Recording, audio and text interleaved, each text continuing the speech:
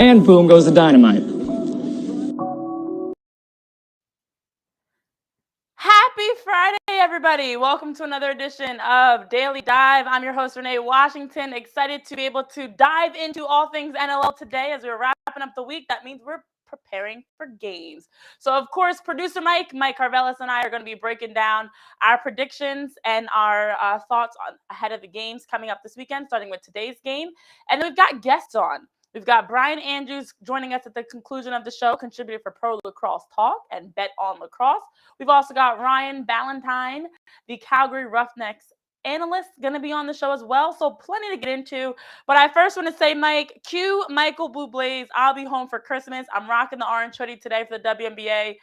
Regardless how you feel about the swap, I am happy to see and hear that Brittney Griner is headed home. She was on a flight this morning, headed home. So happy for Brittney Griner and the entire family, Griner family, that has a chance to be reunited after a very long time. So our prayers have been answered. But I'll just chime in so that way you don't see all that there. Congrats to her, and it's, for me, all I see is good news for the WNBA as well. I know there's a whole family issue going on, but for me, love the WNBA gets a person back who's a star in the face of a face of the league. So I just want to bring that in there. Oh yes, absolutely. Absolutely. Well, Mike, we've got a lot to get into. But before we do, I want to remind everybody to hit that subscribe button on YouTube. Follow us at Daily Dive Lax. We're on Instagram, Twitter, TikTok. You can also like Daily Dive on Facebook.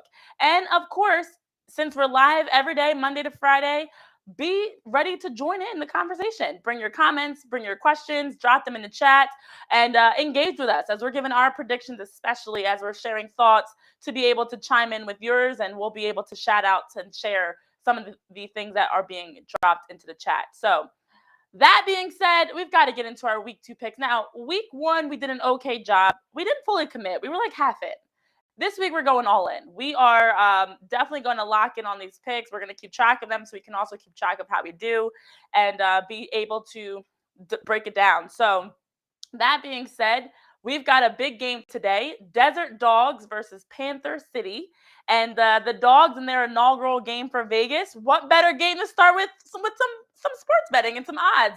Panther City is the favorite, 1.5 to 22.5 odds. And looking at this game, I'm actually going to go Panther City. I'm expecting a win by 4 for Panther City. I don't know what the exact number is going to be. I think it's going to be a four-goal game because I just think the Desert Dogs coming in, inaugural season, game number 1, it's tough to jump right into things, and it's going to take them some time to kind of figure some things out. So that's my bet pick. What about you, Mike? I love it because I want Vegas to come in with a bang, but unless you're the Vegas Golden Knights, which is ironic, you don't really do so hot your first season. For me, I actually like the under 22.5. I got 13-8 Panther City. Now, granted, they could score 20 themselves. I do like that the Desert Dogs have Rob Hellier, but I don't know if you can just plug and play guys. I expansion teams are not that great. You don't have an offseason to prepare and learn what you did wrong last season. Panther City has that luxury. I'm going to go with Panther City to win the game, and the under would be sweet. Yeah. I definitely think it's tough coming into any league. And like you mentioned, it's not a plug and play in pro sports. It takes time. Chemistry and things like that take time. Well, as we are talking about chemistry, we've got a big one. We've got the Rush at Seals. The Rush, of course, coming off of that big win over the Mammoth. The Seals squeezing out a win week 1. So 2 teams that are coming in. The odds are in the favor of the Seals. And I'm going to sit. I hate to just follow the odds, but I actually was already thinking that too. But I think it's going to be a very close game. I'm predicting a 1-goal game by the Seals.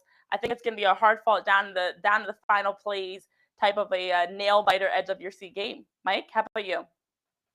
So, I am not biased, okay? I really am starting to like the Rush. I know I live in Georgia, but it's hard not to like that team. It's where my heart lies, but I fell in love with Alex Bouquet last week.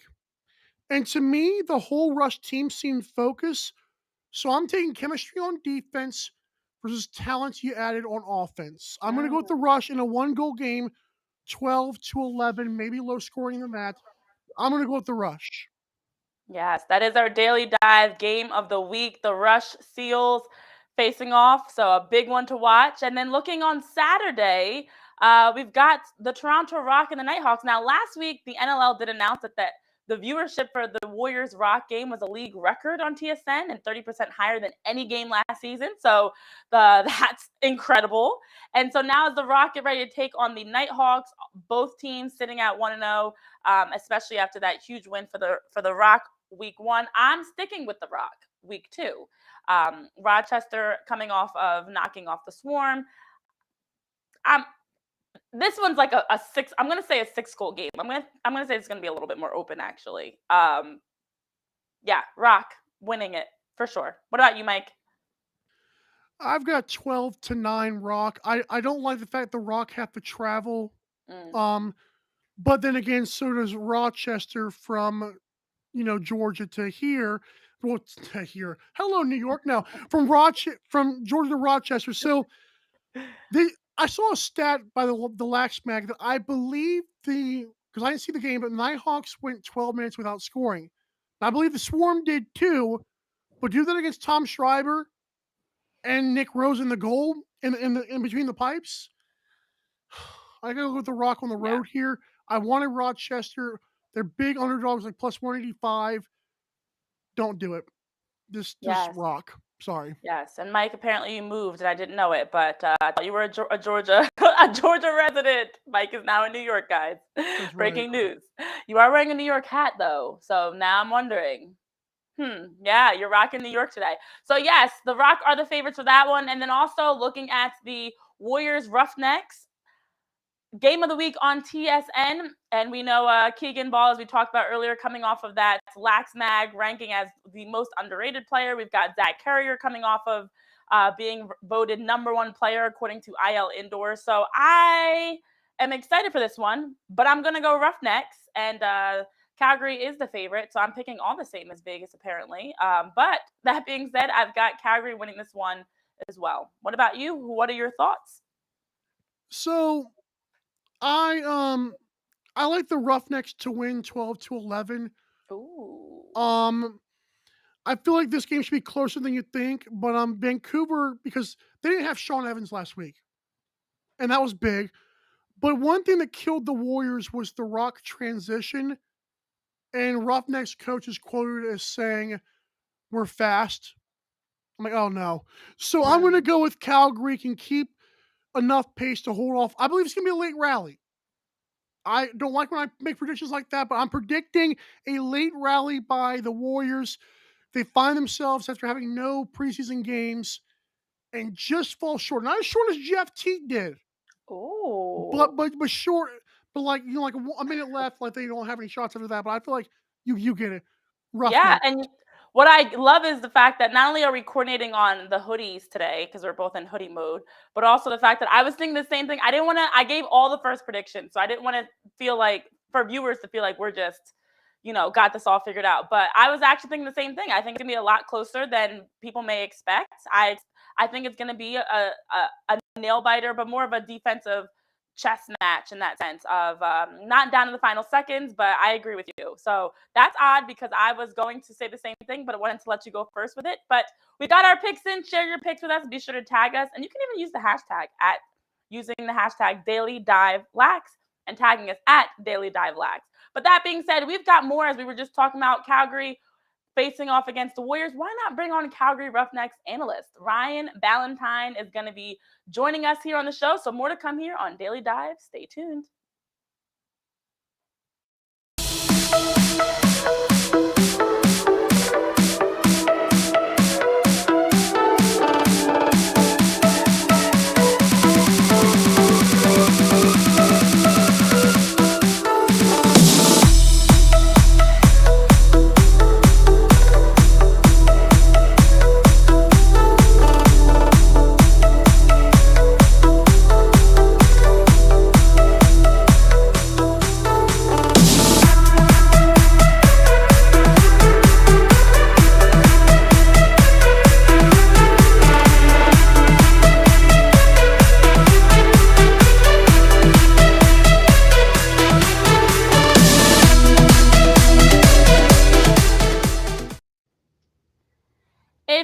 holiday season, and we're talking NLL, not Valentine's, but Ballantine, Ryan Ballantine.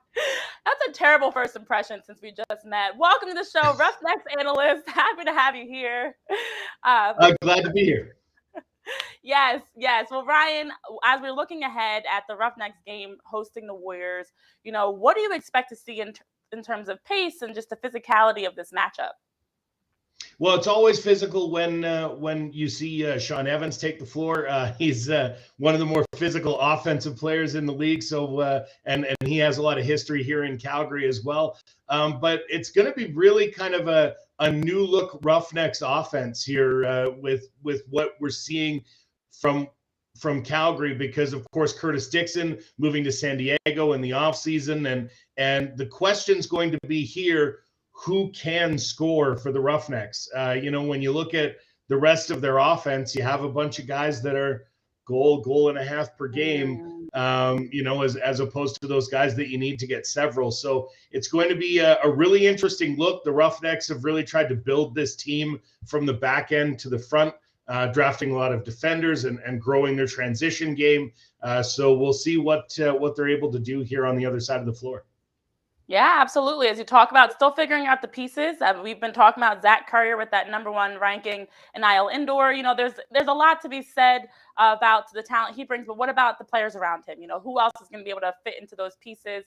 But on the other side, the Warriors, another team that's still trying to figure things out as well, and looking to make some changes from last week's loss, but also just from last season in general. What do you anticipate that we're going to see from the Warriors and how they come into this game against Calgary? Well, I expect we'll certainly see more goals than they scored last week. I think adding Evans into the lineup does wonders for your numbers. The guy's just produced points at a high level for his entire career. So I expect them to score a little more than they did last week. And it's been an interesting battle for the Warriors, despite kind of BC being this hotbed of lacrosse. It just hasn't translated to the professional ranks. Season after season after season, you keep hearing this is the year that Vancouver will take this step. This is the year that Vancouver will make something happen. And it just never seems to click. And I'm not sure what it is about the Vancouver area, but they've struggled mightily for many, many years now. And hopefully getting a former MVP like Sean Evans can help them start to win some games out there.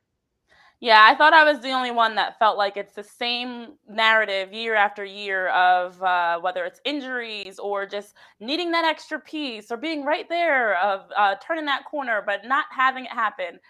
So the Warriors still trying to figure things out, but that's something we've talked about season after season. Well, something else that I did mention, and I do want to get your thoughts on, curious to know if there's been any talk from the guys from the city around that #1 ranking that Zach Currier got. It's week 2 that we're heading into, but we love being able to break down and overanalyze every little thing. What have you been hearing on your end in terms of that #1 ranking that Zach Currier received by IL Indoor? Well, because we had the bye week last week, haven't had an opportunity to kind of get in with the guys yet. But I imagine that there will be kind of two faces to this. I imagine in public, a lot of the guys will be in front of the media saying, well, yeah, of course he's the #1 player. He caused 62 turnovers last year. He vacuumed up 265 loose balls. When you watch his breakaway speed in person, it is remarkable. There are times where he will start kind of shifting around a defender in his own end, and by the time he gets to the goalie, he's got 3 or 4 steps, and that's a lot over 200 feet. This is not something that the guy's running a whole football field. Over the course of a lacrosse, an indoor lacrosse, he's building up 3 steps of separation from defenders. So it's really remarkable to watch him go. I also imagine that there might be a fair amount of ribbing internally between the guys when, they're a #1, you're a #1 player ranked by IL Indoor. Well, if you go on that breakaway and you don't score, what do they say when you get back to the bench? There might be, some healthy kind of weight of expectations put on Zach Currier by some of his teammates, probably obviously in a friendly way, but I imagine that he might have that kind of tossed in his direction, not only from his teammates, but also his opponents. over the course of the year. When you carry that weight, you have to understand that guys are going to chirp you for it. That's such a great point. And he is so dangerous in the open field. And now when you add that, he's already on scouting reports and the discussion for players to lock in on. And then you add in a nice #1 ranking. Yeah, it's like MVPs, champions, top rankings, all of those things add that extra bullseye on your back that as teams are facing you, they're like, hey, you're supposed to be the #1 guy. You can handle it. Well, I would love to get some hot takes, and I think it's always so great to hear, especially since, as you talk about, this is game #1 for Calgary. So I'm so curious to know. Again, it's week 2, but game 1. Curious to know, what do you expect in terms of surprises that maybe others aren't seeing right now that you think is going to pan out for Calgary? What is it that this team is going to bring to the league this season that you're anticipating looking ahead? I think what might happen here in Calgary is some breakouts, and Calgary's going to need them. Let's not pretend that they don't. But you had Tyler Pace had a career year last year in goals per game. You had Zach Hairwires, playing a career high in games and getting a career high in goals. Jesse King set career highs in goals and assists. So are these guys able to take the next step and be that next generation of Roughnecks offensive players now that you've seen over successive seasons, now 3 seasons in a row? You see Jeff Shatler, then Dane Doby, then Curtis Dixon all move on to other teams. And so are you going to be able to see these guys take the next step up? I'd like to think with more opportunity comes more offense. And now that the ball won't be funneled through Curtis Dixon on every possession, you might see a more spread out, varied attack from the Roughnecks offense. So I think the big story here will be the Roughnecks offensive breakout and guys continuing to take these steps in their career. Yeah, it's definitely a different looking Calgary team than a few years back. But as you mentioned, could be a dangerous thing and an exciting thing of guys figuring out their roles, working their way into the mix, more offensively spacing and just moving the ball and being a team that's able to take that next step. So that's your prediction. I'm hoping and excited to see how that pans out.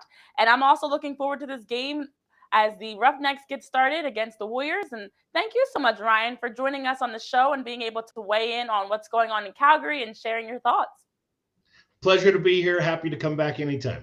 Absolutely. We will hold you to that. And I'll give you a much better intro than Valentine's Ballantine. Oh, I mean, 43 years old, 43 years of hearing it. So. Yeah. I'm going to be more creative next time. You wait. All right. Thank you, Ryan. And thank you all, as we have more to get into, but we've had a chance to talk about the Calgary-Vancouver matchup. And of course, got to bring on our second guest, Brian Andrews. So don't go anywhere. Hit that subscribe button while you wait. And be sure to jump into the comments with some questions and thoughts as we prepare to bring Brian Andrews onto the show here on Daily Dive.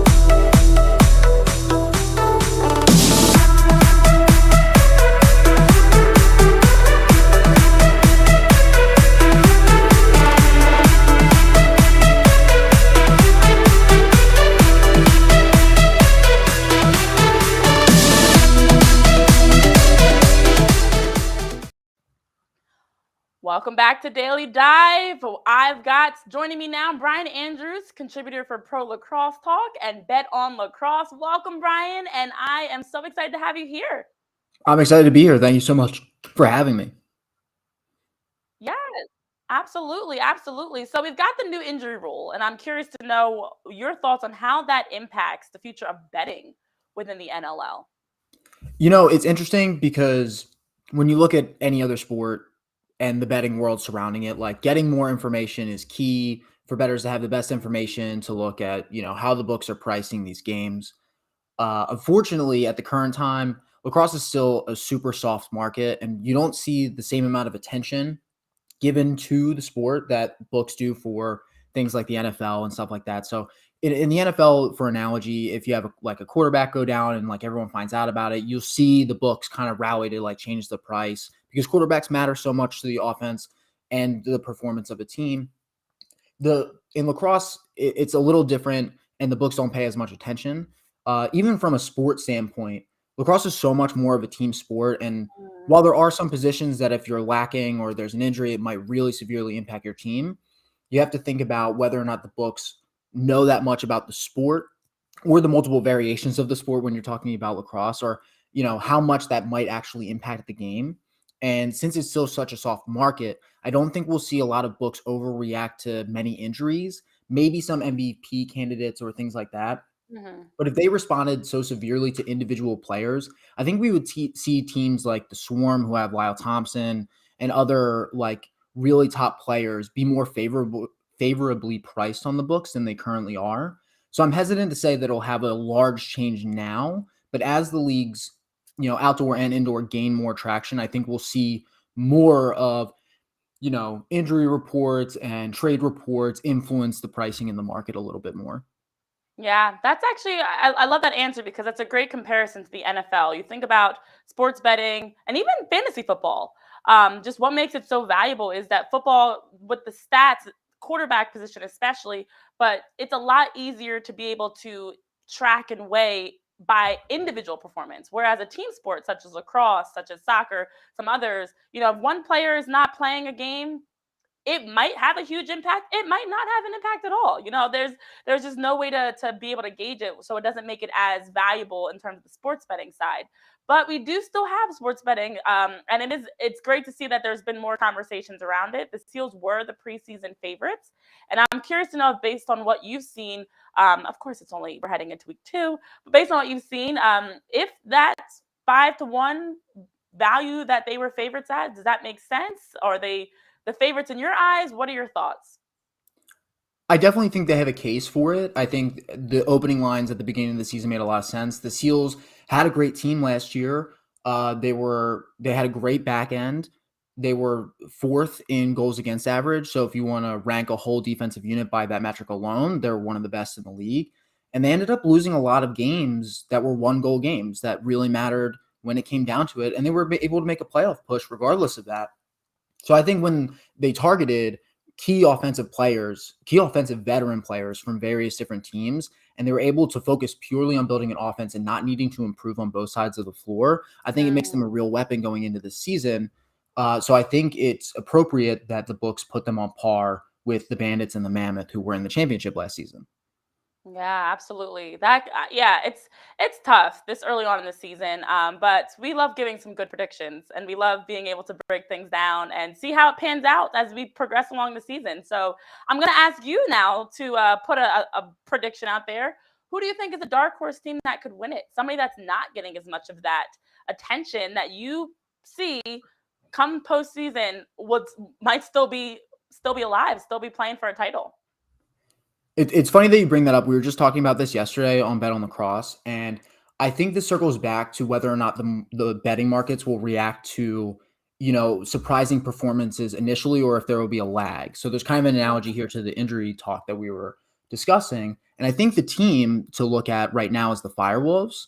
I know I may be overreacting to a win against the Bandits, but the face of the Bandits haven't really changed a lot. And the narrative for the Firewolves going into the season, similar to how you guys were just describing the Roughnecks, is kind of who's going to score. And I think that offense kind of got underestimated a little bit. And we already knew they had a strong back end. And Dougie Jameson really had a game. But the defense in front of him also had a really good game. They were able to push transition really well. And their offense was able to control the ball. And, they won a tight game against a really good team. And they're still 18-1 odds like they were at the beginning of the season, even after a great initial outing. So I think that's a sneaky team that could make a late season push. That people, I don't think are getting the attention they deserve even after a great win in week 1.